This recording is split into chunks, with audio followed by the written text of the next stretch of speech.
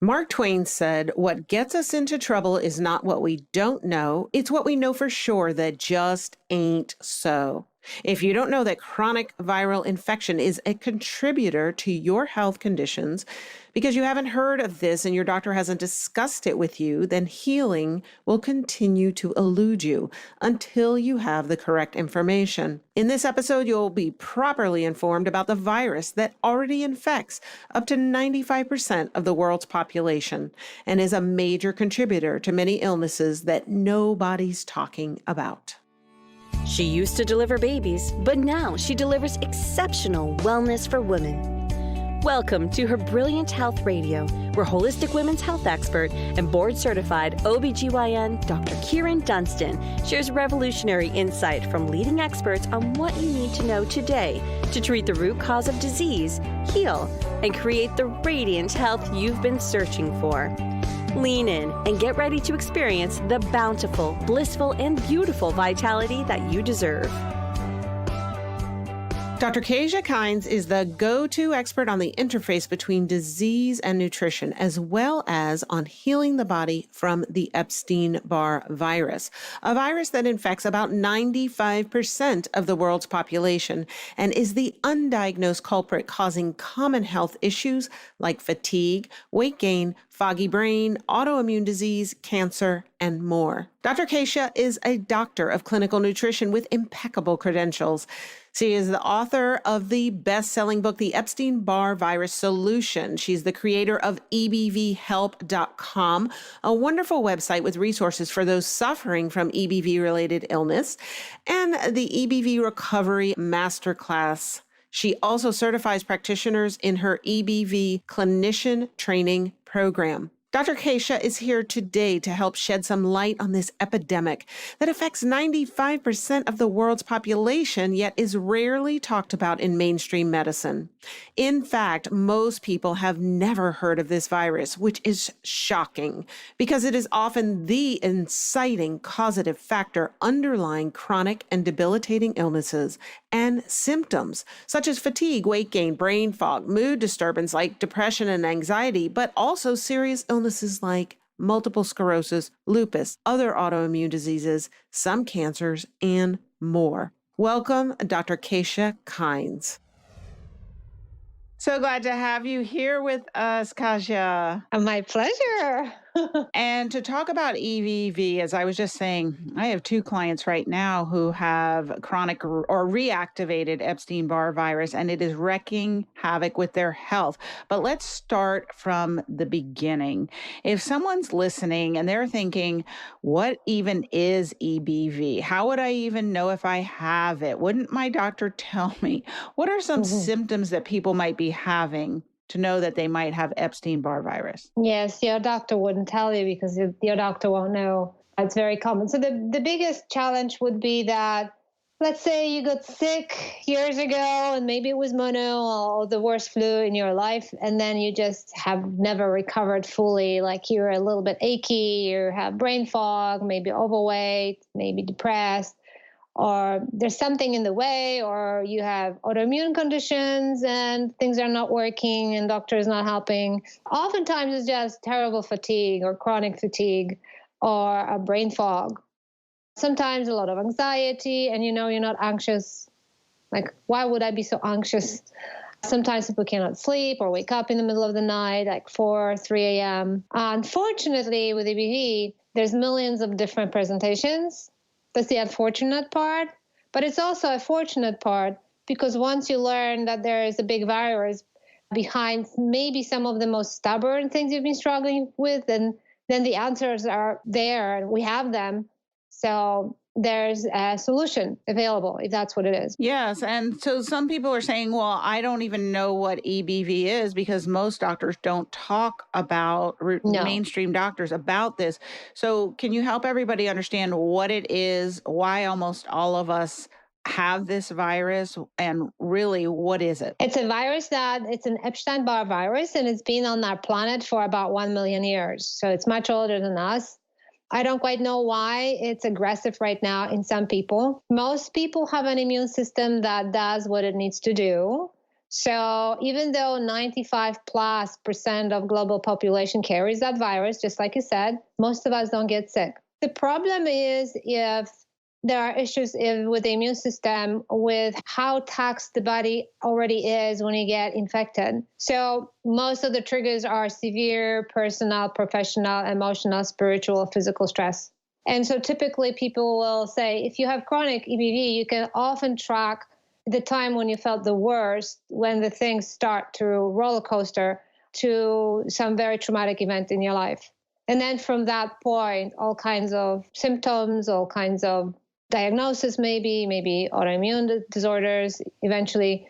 So that's kind of the trajectory these days. Right. And what everyone needs to understand is that there are some viruses that we contract and go away in very quick order within a few days or even a few weeks, Right. maybe a rotavirus Right. or something like that. Right. But there are lots of viruses, for instance, varicella, the virus that causes chickenpox, that once we have it, we always have the virus. And the same is true for Epstein-Barr. If you've ever had mononucleosis, then you have had Epstein-Barr virus. And once you have it, you always have it. And your immune system keeps a lid on these chronic viral infections, keeps them shut down so they don't cause you problems. But what Dr. Kasia is talking about is that in times of stress, for instance, when your cortisol goes out of balance, then your cortisol is the main determinant of your immune system function. If you listen to the podcast, you heard me talk about that many, many times. And when that happens, then the immune suppression releases and the virus can actually start replicating and causing problems on a chronic basis, sometimes so severely, and it can cause disturbances in the body that affect all the systems. And that's why these symptoms are so varied. Every system can be affected. And this is why really, in my opinion, and I would think yours too, that we should be checking everyone for this. We should be checking to see what their levels of Epstein-Barr activity are and addressing it. Can you talk a little bit about that? Yes. So exactly what you said point to the fact that certain antibodies will remain elevated if you've ever had mono, if you've ever had infection.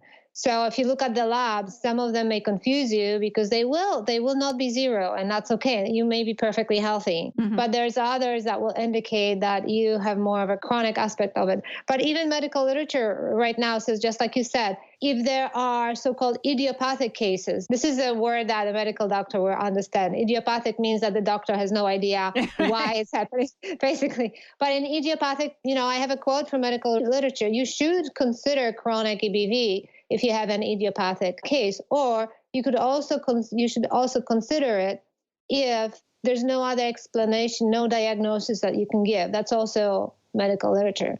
So it is there. It's just that your doctor has not seen that research. It's going to catch up in another 15 years probably, but it's been there. And we should be more vigilant. Like you said, we should be testing and screening. And another red flag for me is blood transfusion. That's not tested for EBV. So that's an easy picking for the virus. Yes. And I think one of the reasons why it's not checked routinely in mainstream medicine is because they don't know what to do with that information once they get it. So, and then again, 95% of us or so carry it. So we may have some antibodies already. Doesn't mean we're ill. So probably transfusion, I don't know if we will ever have technology to remove that, remove the virus. But yeah, it's a little complicated. But the bottom line is that we do have to live with the virus on this planet. There's nowhere to go. We can't live in a bubble. And the goal is not just to try to kill it completely, eradicate it, get rid of it, because you get it back. The goal is to understand the body, understand self-love, understand self-care, not to push too much, and have tools to arrest the virus when it comes back. So it doesn't do the damage, it doesn't start replicating. We can stall it. We have protocols, we have research that backs it. I've done it in my clinical practice, it works. So I know it works. I get feedback from people all over constantly. They read my book, even that. So I know it's possible. So we have tools. It's the most exciting thing in my clinical career, that we have something new that we can offer. And you started working with people as a nutritionist. And so what was the evolution that you really came to focus on Epstein-Barr in your clinical practice? How did that happen? When the student is ready, the teacher appears. So I actually lost a very good friend of mine to complications of multiple sclerosis. And I was already a clinical nutritionist, and her trajectory, 17 years she fought it, was just heartbreaking, and I couldn't do anything. So I always asked what I could have done for her. Why couldn't I help her? And that was really bugging me. And in my desperation, I talked to a medical intuitive colleague of mine. I said, well, I just want to know, is there information out there that was the reason she got MS in the first place? And she confirmed it was the virus. We'll never know, but if I trust that person, it was. But because I started to ask this question, I was also hitting the wall with some of my own complex cases, because this is my population was mostly women who failed to respond to anything else. They had stack of labs, lots of doctors, and were still miserable. And even though in some cases we did everything right, I was still not able to move the whole needle for them. So I had some of these cases, and then I had Marlena that I lost. And then a couple of my patients asked me to read a medical medium to give them an educated opinion on that. So I did, on a plane to a conference. And what struck me was that he was talking about that population, my population, the one that was resistant to anything that made sense. And I almost fell off the chair, because if he was 50% right, then I had a responsibility. I went back to my practice, and I basically never looked back. I started to track. I started to ask them to test. I started to read medical literature on test interpretation.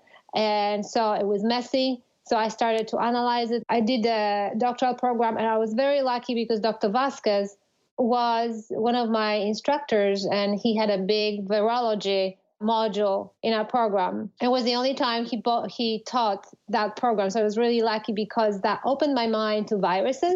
And that was the beginning of the protocol that I started to carve for my own patients. And then Dr. Lizalevsky, the director of the program, said, well, why don't you write the book? I was writing a literature review. What was bothering me is that I don't know if your listeners are familiar with medical medium. Possibly. We haven't discussed it on the show, but he is a gentleman who's written several books about medical issues. And as I understand it, I haven't read his books yet, but I understand that he says that Epstein-Barr virus is one, if not the main root cause of our chronic illness. Is that correct? It's a major one, yes. Yeah. He comes from a spiritual realm, so he says that a spirit of compassion talks to him and tells him all this information. So you can imagine that that's an extreme spectrum on one side, and then you have medical community on the other side, that it would be extremely irritating to a science mind medical doctor to have patients claim, oh, I have the virus because I read medical medium, if it's spiritually minded, if there's no backup for it, right? So there's this big divide. And what I started to realize is I really appreciated that he opened that door. But my job was to verify if he's right. His claims of heavy metals, his claims are on EBV, his claims of autoimmunity and EBV, his claim, what can I verify in medical literature so I can bridge that gap, so I can provide that information for medical community, for everyone, so there's no divide. So that was my literature review. And I remember I sent that to a colleague of mine, and she says, well, when are you publishing? I said, publishing what? The book. What book? I have no life. Lizalevsky says the same. Well, make a book out of it. It's like, I don't have a life. I am so busy with my clinic, plus I'm doing this PhD. What book? My husband was on me relentlessly, even left me for 2 weeks for Christmas and called me every day. You have to report to me, how much did you write today?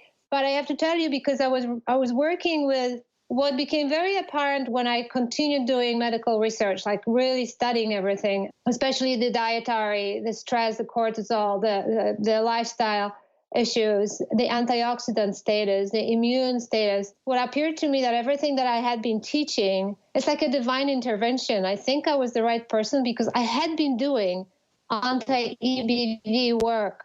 Very, very much so. Exactly the dietary recommendation, exactly what you need for the EBV. And I had no idea. So I think there is divine intervention, because this is why I was able to write this book within, 1.5 years. It's almost 600 pages. And the dietary things that I was teaching, I had that. I had been teaching a detox program for many years. I had materials, and it was perfectly fitting into the literature. I was just stunned how fitting my work had been. So it was kind of maybe Marlena is behind all of this, pulling the strings, but I am still always very cognizant of the fact that I'm just the messenger, but I had to take the responsibility because I could do it. I was the right person at the right time. So I could say no, I could say yes. But I have to tell you, the thousands and thousands of people that reach out to me, the stories I hear, what I see, this illness is so debilitating.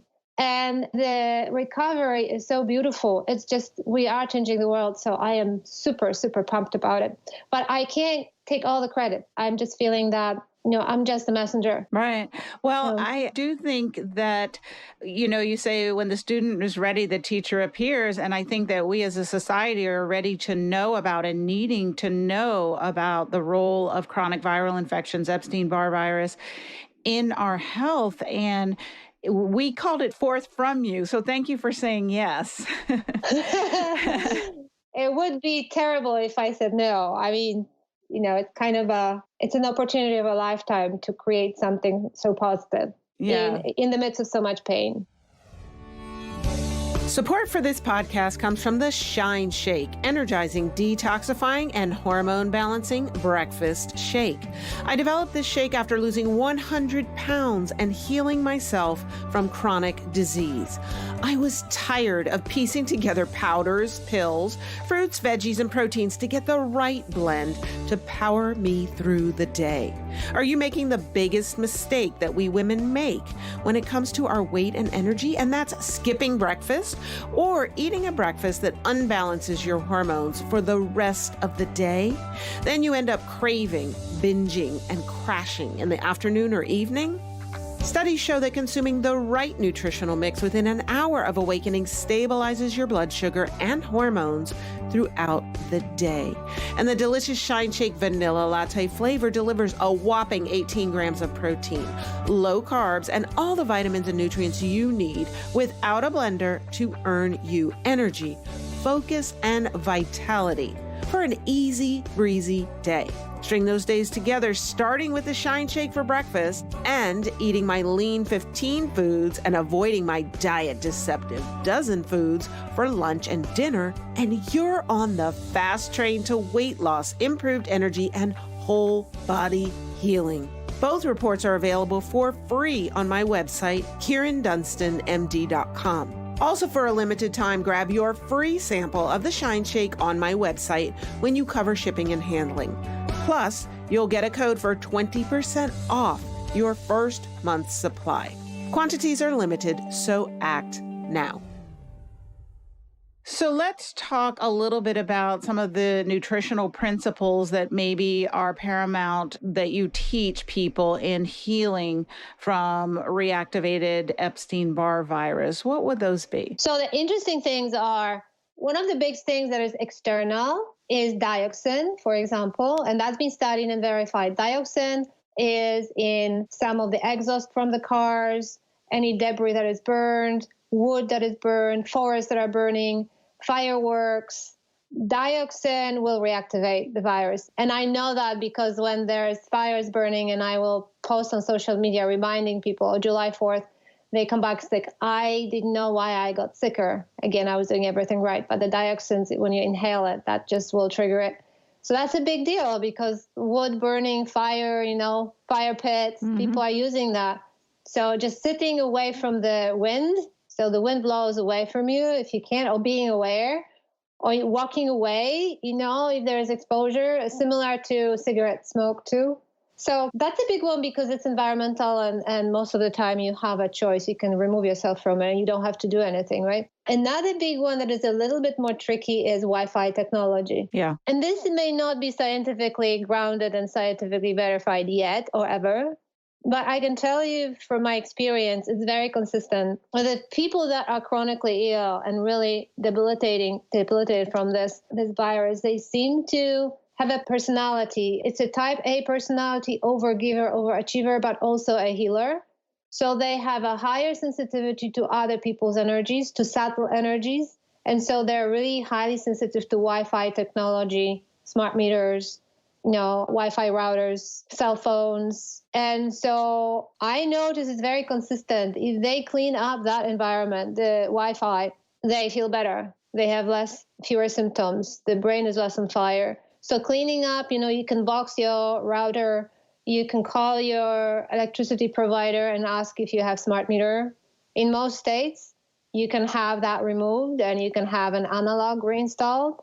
Oftentimes, they will penalize you every month for $11 because you opted out. But in Pennsylvania, you don't have this right. It's really quite messy. But smart meters are problematic, so removal is important.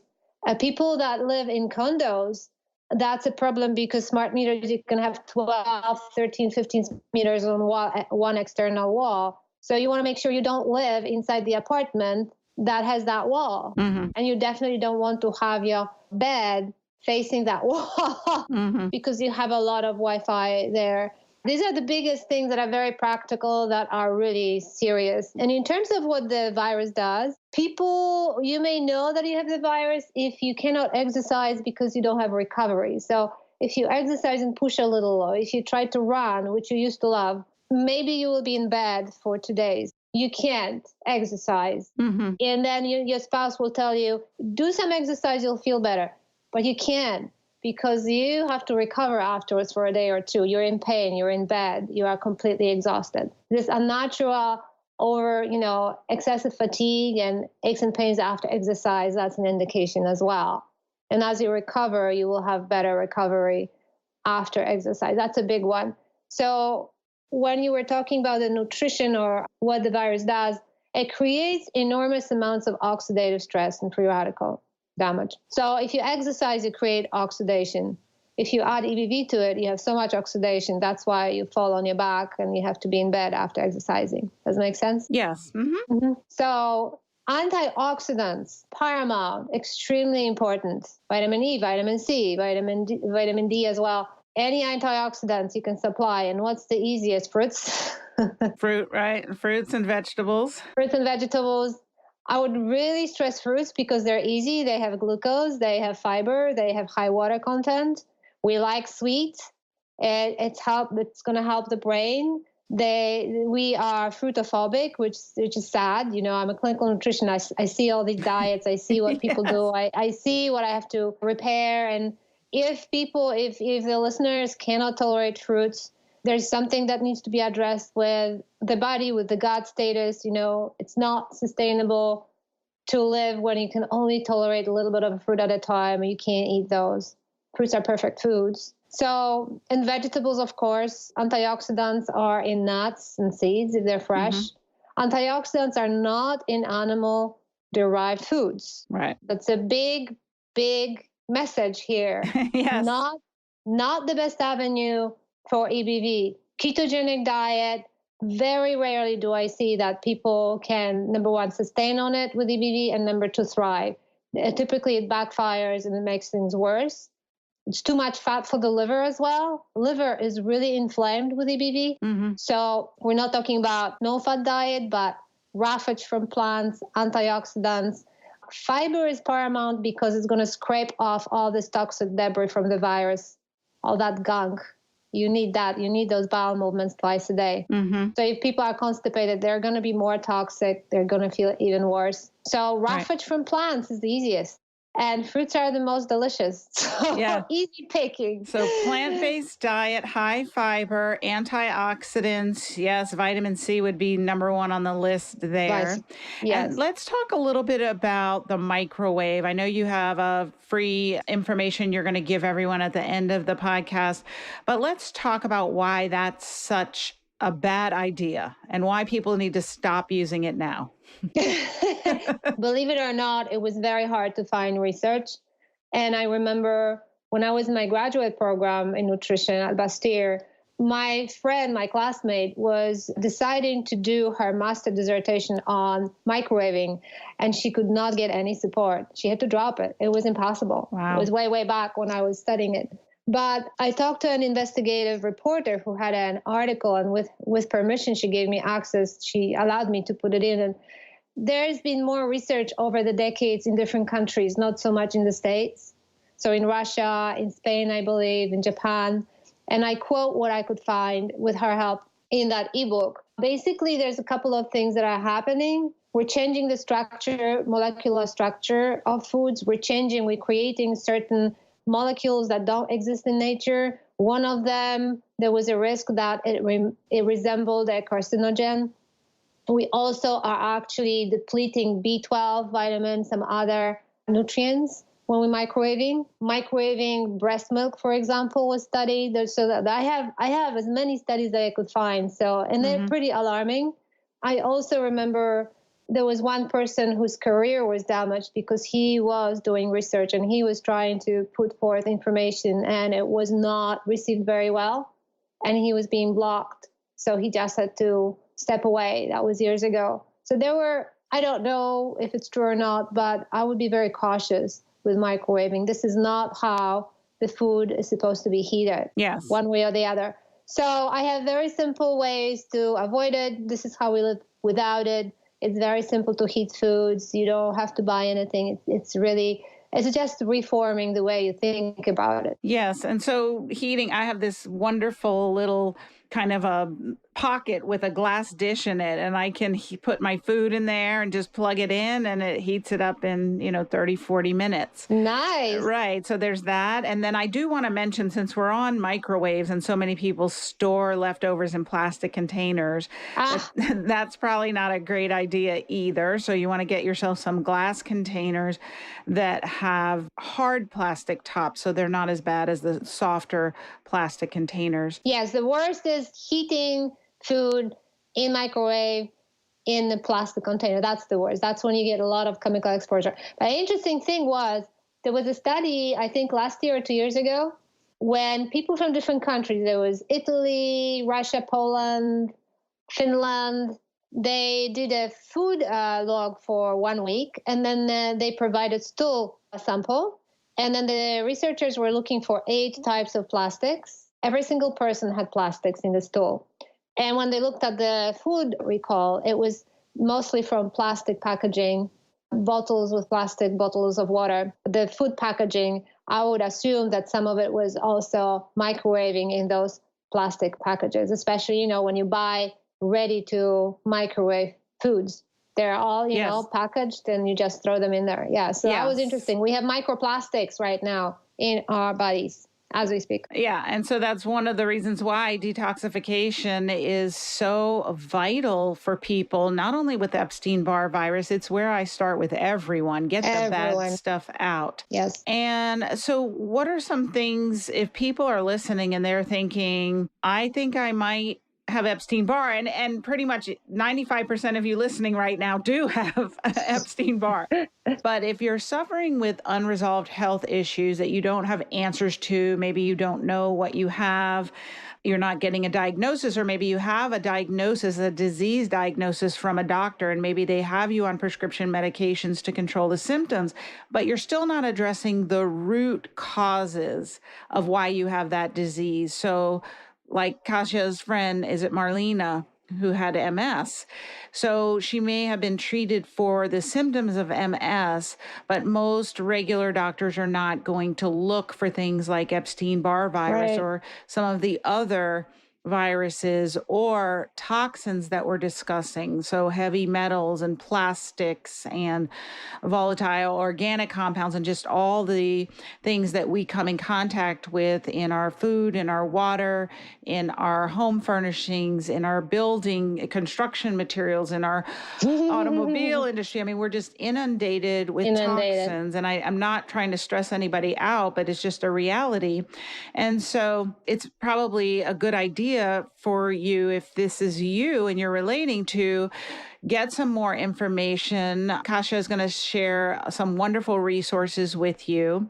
And if you're thinking it might be you starting to detoxify is the first place you want to go. And the first thing you want to do is you want to stop toxins from coming in.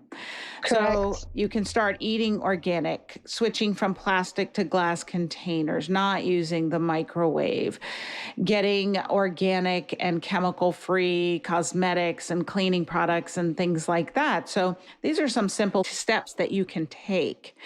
And don't you have a quiz on your website where people can put in their symptoms and do you want to talk about that? I think that's a great resource. Yes, that's a great resource. So it's very expansive. So you can self-test through symptoms, through different diagnoses, and to see how many of these you match. And some are really surprising. Some symptoms are really surprising, like nosebleeds or low platelets, or, people sometimes have vitiligo, all kinds of weird, irregular mosquito bites, get really infected. That's actually been verified in medical literature. I get those cases. Yes, that's me. I have those terrible blisters from any mosquitoes. I never know why. Interesting. Very interesting presentations. Yes. So yes, there's a self quiz and you can take it. Absolutely. And then if someone's listening and they're thinking, oh, that might be me, I wonder if I have it, would that be the first take action step you would give them to take that quiz? I would take that quiz. Yes. And if you think, oh my gosh, that may be me, we have the resource website that we created. And the only thing I haven't put in is the page for foods. I just haven't had the chance. But we have a page that you can share with your doctor with diagnosis, medical conditions, autoimmune conditions, types of cancer. And if you click on each, there is a PubMed reference link so the doctor can check it, double check it. So I created that laundry list there. Wonderful. We also have, one of the things that frustrated me the most is that I constantly hear people going 2, 3, 4 years, knocking from door to door, begging doctors to test. And doctors don't want to test because they say everybody has it. It's a waste of our time and money. And in their logic, because they don't look at the lab interpretation, they don't understand it, how they should read it, it's true. So we contracted with a direct-to-consumer lab right there on the website. People can click, go to a local, pay out of pocket. It's about $140. Get the right markers, because that's important. Doctors sometimes miss the most important one, and then you really don't know what you're looking at. Get it, and they get it in their email. They get a report the same day before the end of the day. Perfect. So Fabulous. Then... Fabulous. Yes, I'm so happy about it. Then, you have to pay for it. There's no other way. Otherwise, go through your doctor. But at least click on it and see what markers you want to ask, because it's right there. So we have that on that website. And then, like you discussed, the detox. Why do you think I had been teaching detox all these years? I have a detox program online that is available to anyone. And that's what my work was before EBV. Exactly what you're saying, clean it up. All of us. Not just because of EBV. So that's available anytime if people want to, I want to detox. I want to do it properly, safely, without crazy cleanses or water juicing. It's dangerous. Just safely with the right support, education, research, lifestyle. How do I need to live to maintain that detoxification pathway? So I have that. And then, of course, we have the book. And that's just all about EBV for your doctor, for your nutritionist, for your loved one, for you. It's like it has a broad spectrum of who can read it and apply it. And so doctors give it to patients give it to doctors. It's going around, which makes me so happy. So we're already changing that awareness. The book itself changes lives. I get wonderful feedback. So these are like the different steps. We have a program. We have a recovery program, which is 10-week. We're actually closing our cart today, I think. We're starting on Monday. Okay, we have great. a group we're starting. So there's different level of support for wherever people are on the journey. And if someone has had Epstein-Barr blood work done and they're listening to this and they're thinking, ooh, I wonder if I had the right markers done, and they want to pull out that lab, what would be the markers you would tell them to make sure they have? Yes. And if they get confused, we have a whole page on that EBV website with lab interpretation. There's a chart, there's everything is there. So you can read it again and again. But the most important is early antigen. But early antigen will elevate just for a few weeks, only during the flare-up. So I'll give you a very simple example. One of my clinician students was asking, well, I have a perfect presentation. I know it's EBV. It just fits like completely. But she did her lab and her early antigen is normal. What do we do with this information? Like I say, early antigen is a couple of weeks. When you spiral, that's where you want to get it. So she tested it in January, but I asked her when she felt like that, she was hit by a truck. When was that? Thanksgiving. Thanksgiving, if she tested during Thanksgiving, it would have probably shown. And she would know that that was caused by EBV. If early antigen is elevated, that's like, I'm flaring up right now, it's reactivating. The EBV is pulling strings. But by January, early antigen stabilized, so she had the chronic aspect, but she was not in the flare. So you have to look at your story a little bit too. If you feel the worst, go and get the test. And if your early antigen is negative and then your other markers, because I've never seen a person who didn't come up positive for the antibodies, are positive, but they're within normal limits, can you assume that that's not a chronic or reactivated state unless their antibodies are elevated, or no? Yeah, the antibodies will always have a number. They're never going to be zero except VCA IgM. That's typical. And you can have a perfectly healthy life, right? If there's a number. You can have higher numbers. The numbers that stay, they will increase, even though they remain high, they will increase to higher during flare-up. So it's good to retest to kind of understand the body. So once you start testing and retesting, you see on yourself, what is my trajectory. So it's hard to tell because sometimes elevated, like VCA and EBNA, these are the two that will be elevated and will remain elevated. But you can have a better quality of life with them decreasing, and you can have a perfect health with them still being slightly elevated. It depends on the timeline, the history, how you're progressing, what's happening in your health, if you're thriving. Right. Okay. Well, that's good information. It sounds like you have lots of good resources for everyone. And we've gone over a lot of steps that people can take. And I just want to reiterate it. If you're listening and you have any health condition that you're on a chronic medication for that isn't fixing the reason why you have the illness in the first place, please take a look at Kasia's website, look at her resources, take the quiz, get yourself tested for Epstein-Barr virus, because it really is epidemic globally. And there are things that you can do to heal yourself, and it can increase your risk for cancers. I think lymphomas, correct? Yeah, even 10% of stomach cancer. Yeah. So there are things that you can do. So I want you to be proactive. She's given you lots of resources, so I'm not going to go back and go 1, 2, 3 again, because we've got them. But healing this chronic viral infection and others, where there is one, I always say viruses are like ants. There's never just one. You usually... Oh, now I'm going to have a new image in my head of little ants. All right. You usually have more than one chronic viral infection. And so you want to improve your immune system function, improve your cortisol function, and really heal your body at a cellular level so that your body can put the lid on these viruses. Like Kasia said, you're probably not going to ever get rid of the Epstein-Barr virus, but you can put a lid on it where it doesn't cause you problems. Thank you so much for sharing your expertise today and your hope and inspiration. Please tell everyone about the resources. You've mentioned them a little bit that they can get for free about Epstein-Barr and other topics. Again? Yeah. Summarize again. So we have a website. It's EBVHelp, HELP.com, like helping. EBV Help. You can look at lab interpretation there. You can look at conditions associated. If you want to read more about what the book is, we have a page for the book. You can read reviews by doctors, by readers. If any clinician is listening, we have a clinician training program. There is a page for that. There should be a page that links to my EBV recovery program, but that's not a free service. That's a paid program. What else do we have? We have the quiz. And on that website, if you go to media, you're going to see a lot of podcasts and videos that I've done. So you can listen and listen and listen and listen again and again and again about the virus.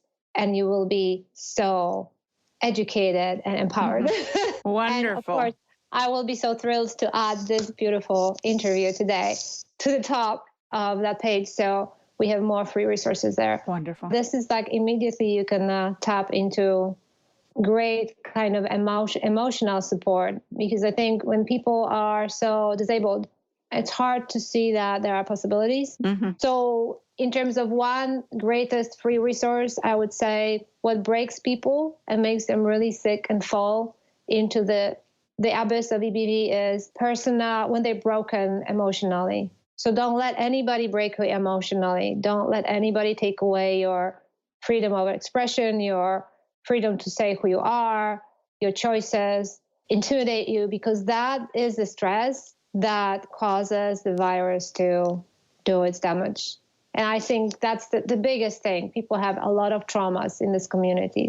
They've been through a lot. That you need to heal those parts and be strong and have a lot of self-love. That's the hardest path, but that is the most essential path to take to heal from this virus. And don't have any fear that the virus will engulf you and kill you and disable you. It doesn't have to. There's tools. However, that emotional, personal, spiritual, that stress, that harboring stress and falling into it, that will feed it immediately. So I just want to remind everyone, be good to yourself and don't let stress take over your life. That will immediately go into the virus. Absolutely. And this is something that I talk a lot about on the podcast is emotional health and trauma that we've experienced, not necessarily physical trauma, but emotional trauma and how it feeds into disease. And so really getting to the root of that as well and healing it and having self-love and self-respect is so vital to healing. So thank you so much for that reminder. And Dr. Kasia, could you share with us what your definition of her brilliant health is? Her brilliant health. I think her brilliant health is loving who you are, what you do, always looking forward to what else you will do with this, especially if it serves this planet. I think this is where we thrive. And that love and joy and fulfillment translates on the cellular level into very happy cells, and happy cells have a very strong immune system. So that joy comes from knowing who you are and what you love and pursuing it. Like I'm one of the lucky ones, and you too. We do what we love. Yes. And our cells are happy. Yes, they are. And that's how we keep ourselves strong. Yes. Right? Thank you so much for sharing your passion and your expertise. I really do believe that the world called this force from you. It's very important, beautiful work that you're doing. And thank you from humanity. I'm excited. Thank you for having me and spreading the word. Let's get the 1 million people to hear this message so they have hope. Yes, we will do it. Thank you so much. Thank you so much for joining us. Thank you. Thank you for joining me for this episode of Her Brilliant Health Radio. Hopefully you're inspired to take action on some new information you received today. A step towards the bountiful, blissful, beautiful vitality that you deserve. If you have health topics and questions you'd like addressed, please message me on my Facebook page or visit KyrinDunstonMD.com and let me know. I'd love to help. Remember to share this podcast on social media and send it to your friends and family who could benefit from it too. If you love the show, please go right now to iTunes, write a review, and make sure to subscribe to the podcast so you'll be the first to know when future episodes are available. Thank you again for joining me, and remember, achieving optimal health isn't magic.